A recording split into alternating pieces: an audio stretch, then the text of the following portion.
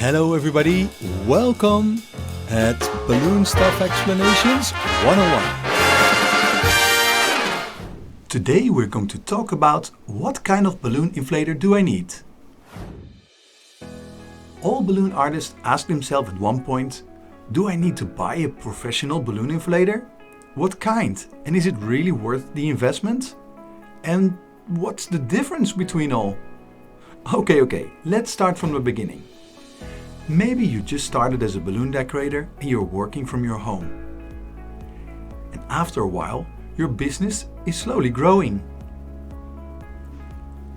Or you started as a balloon twister and are now looking to offer decor to your clients too. The moment you start inflating more and more balloons every day, you find out you need an electric inflator. To make sure that each balloon has exactly the same size, you need to size them. The cheapest solution is to buy a small electric pump with 2 outlets, so you can inflate 2 balloons at the same time.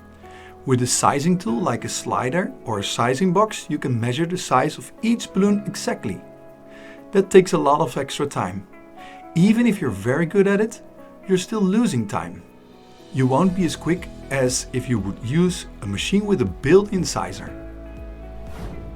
But is it really worth the investment? If you only inflate 100 balloons a week, probably not. But if you want to grow, you will be able to inflate a lot more in the same time. Plus it makes the inflation that easy that anyone can do it.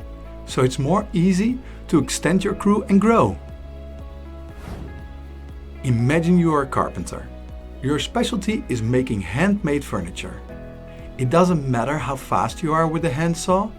The day you can buy an electric saw, your company will change. Maybe you wonder why your competition is able to produce more. With professional equipment, you start thinking bigger and are able to offer and accept bigger jobs, because your time is the most valuable asset in your company. If you want to become a dentist, you need to invest in a chair and a drill. Everybody gets that. If you want to become a professional balloon artist, you need to invest in a professional machine. If you work mostly with helium balloons, invest in a machine that you can connect to your helium tank. You can always connect it with nitrogen or to an air compressor. But if you work a lot with air-filled balloons, look for an electrical pump with a digital sizer. The moment you start working with one, you never want to go back. It's worth the investment. Trust me on this one, you'll thank me later. Thank you for watching Balloon Stuff Explanations 101. See you next time.